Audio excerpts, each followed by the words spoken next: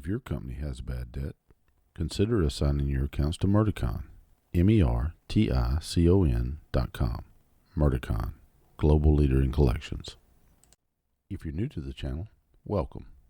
Please hit that subscribe button and that notification bell and be notified to all our future videos. Welcome, everyone, to another episode of the show, Chuck Graham Show. Welcome. If you haven't subscribed, please do so. Hit that notification bell. I think I said that in the first part of the video, but we need your subscription. I like doing this. It's fun. I don't make any money off of it, but it's still a lot of fun. I wanted to touch base on something that I came across today, and it's a Harvard study back in 2015. It was to deal with gun violence and whether or not, having a gun was a deterrent for gun violence, and if there was far more guns being used as in self-defense. And so I wanted to touch base on that today because that is a topic that really gets under my skin, and this is why it gets under my skin. I want to read you something that has to do with in 2017. Now, this is coming from vpc.org. In 2017, for every justifiable homicide in the U.S. involving a gun, guns were used in 35 criminal homicides. Okay? Now, what they're saying is that guns are being used a lot more times in murders than they are justifiable homicides in self-defense. In other words, they're saying that self-defense, you have to shoot someone. There has to be a justifiable homicide or there has to be some sort of shooting. 90% of the time, when you brandish that weapon, the criminal runs off. I know from experience. I mean, not to mention, I've dealt with criminals before, quite a few times, And unless you have dealt with criminals, you don't fucking know. I don't care what they did in their study. The point being is this, even in my own life, even when after I was no longer a cop, I had two crackheads pull up in my driveway wanting gas. And I asked them, as I kicked the safety off my 9mm Beretta with 16 rounds in the chamber, do I look like a fucking Exxon? And they backed their ass out of my driveway and moved on to to another easier target. My point being is this: guns far more deter than they do actually you having to use it to shoot someone. Because I'm telling you, in the middle of the night, when someone breaks a window out of your house and comes into your home and they hear that distinctive rack of a pump shotgun, they are gone. You hear me? Most of the time, they're going to be gone anyway. If they even hear you, they're going to be gone. Criminals are not brave people. Most of the time, criminals are not brave, folks. They're not these, this is not the movies, okay? This is not Ocean's 11 or Ocean's 12, 13, 14, whatever. It's not that. Criminals are not brave. They take the path of least resistance. They're like wild animals. They do not want to get hurt in the commission of a felony. And most burglars and criminals don't want to kill you. Don't even want to shoot you. Now, if you're having somebody come in like, I don't know, Israel Keys that's going to murder you, then yeah, you might end up in a firefight. But even with people like those people, you're not going to end up in a blazing shootout like you would see in the movies. What you'll end up with is you shooting at them as they may be shooting back at you as they're running down your driveway. This is not, if they were that brave, even serial killers, they're not brave people. They're opportunists. They pick on the weak and the vulnerable. And that's what they do. Sorry to say, but that's what they do. The fact of the matter is, if someone brandishes a weapon, the criminals are going to leave. I had another incident, and I didn't have my Beretta at the time. I carry a Walther PPK 9mm short almost everywhere I go, and I had a guy on the back side of my property when we had an old house down there, and I walked down to the house, and I saw him standing on the front porch, and I asked him politely, and I quote, as I kicked the safety off my Walther PPK, "What the fuck are you doing on my property?" "Oh, I was getting out of the rain." I said, "You won't fucking melt. You have about 2 seconds to get your fucking ass off my property." And he left. And before he left, I got his name. Well, in the type of business I'm in, I ran him to see if he had any criminal history. And he did. He just got out of the state pen. But it's just one of those things, man. You can't. Let me tell you something.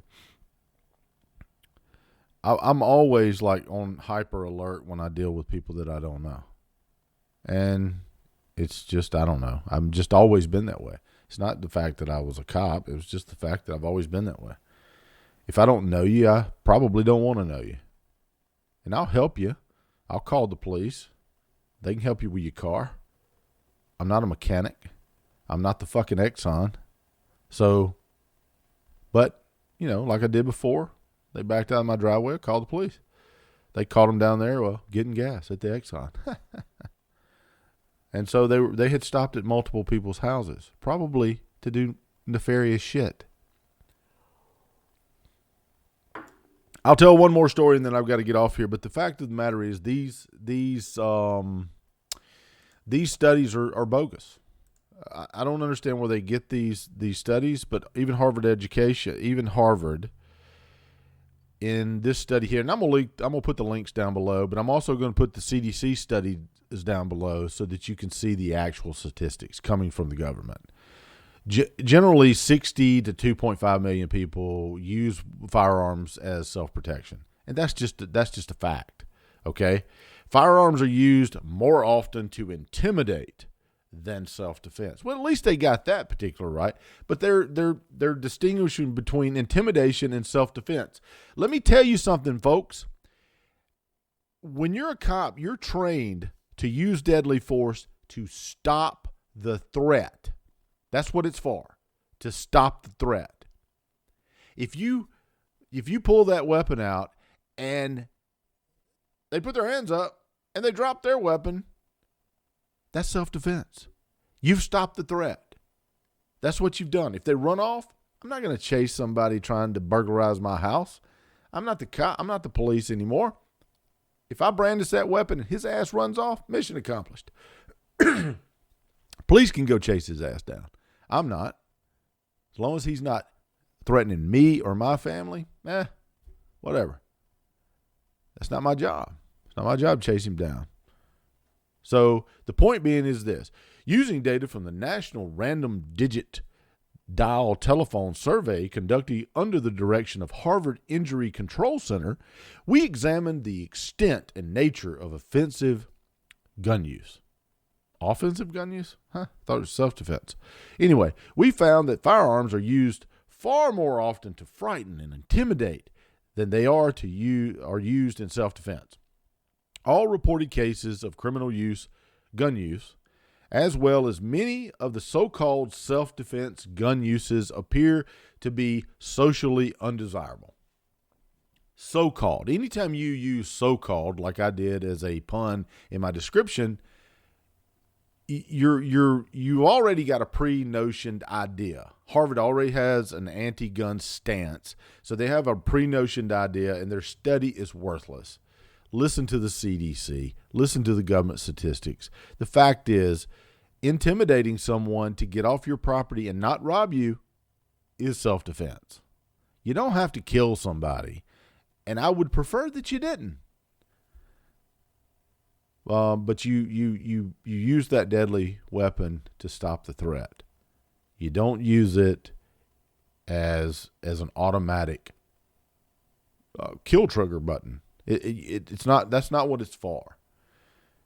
Police do it all the time. When people have firearms, they point them, they scream at them, drop the weapon, drop the weapon, drop the weapon. You're going to fucking die if you don't drop the weapon. And a lot of times they'll drop the weapon.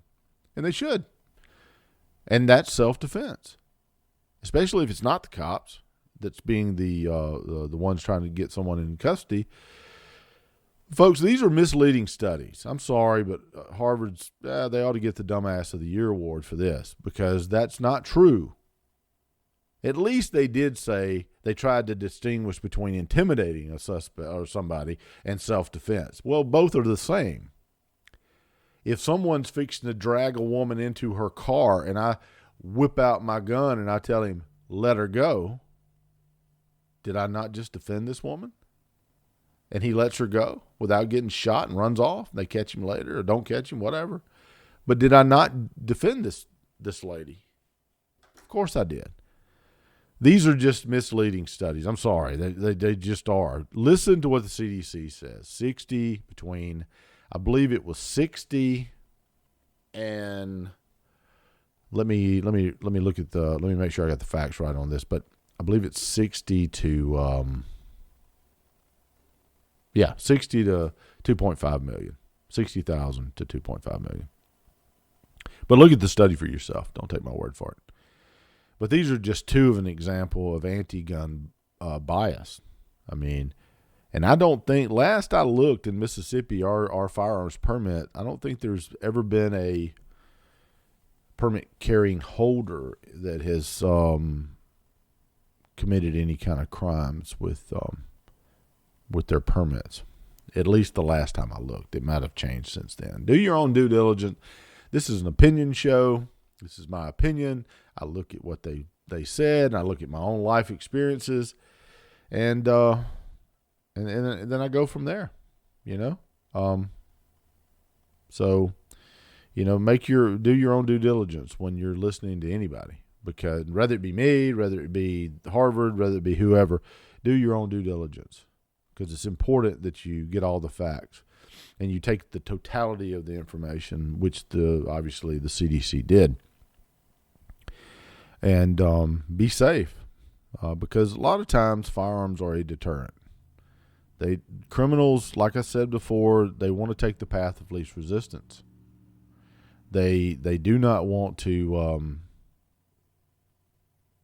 They don't want to do that. They don't want to encounter someone with a firearm. They would much rather. A lot of times, especially if it's burglars, they'd much rather nobody be home so they can just in and out. I mean, I've seen videos of burglars breaking into houses, petting the dog, giving him a treat. Big dog too, and you have to watch that too, because your friend, he may be a Rottweiler, he may be a pit bull, he may be a lot of things, but unless he's a trained dog to protect your premise, he is your alert mechanism. He is not your protector, because I have a half shepherd and half lab, and he's very aggressive. And there was someone jumped over my fence and ran through my backyard. Why this idiot did that? He didn't stop to get his hat though. That's a little different. And all three of my dogs, two of them flanked him on this side, and Jake was chasing him on this side. He actually made it over the back fence before they got him. And he's an aggressive dog, and he's not very much intimidated, but that's his backyard. That's where it is. Outside of the backyard, he's not that intimidating. He don't even bark at the neighbors. Now, if he's in the backyard, that's because that's how he was raised. That's his protected area, and that's what he's going to defend. And he will do that till the death. And he's an aggressive big dog. He's about 150 pounds. And, but anyway, if you have one inside and someone breaks in, it's not uncommon for your big, massive mastiff to just lay down and show his belly. It's just because of the way he's raised and how you've trained him or how he's been trained. If he don't know to protect, and he's not been trained to protect, don't be surprised if he won't not protect. But he will alert you. Now, I have a little dog, he's about 10 pounds, and I call her the little psycho because she is absolutely psychotic. I don't know what she is, Fox Terrier, the Chihuahua. If she was 100 pounds, I'd be scared of her. Anyway, I'm going to do it for that. And guys, anyway, thanks for watching the show. If you haven't subscribed, please do so. Hit the notification bell. We're going to have shows every morning. I'm going to do them every morning before I go to work because I enjoy it. I do. And you guys save on a therapist because I get to vent at what I read if YouTube don't take it down. Well, it'll be up on Rumble too. You can visit us on Rumble or go to charlesgraham.com. charlesgraham.com. It'll be on our podcast. You can hear it there, just in case we get taken down by YouTube. I don't care. But anyway, see you, and leave comments down below. I don't delete them, and I'll see you on the next video. Bye-bye.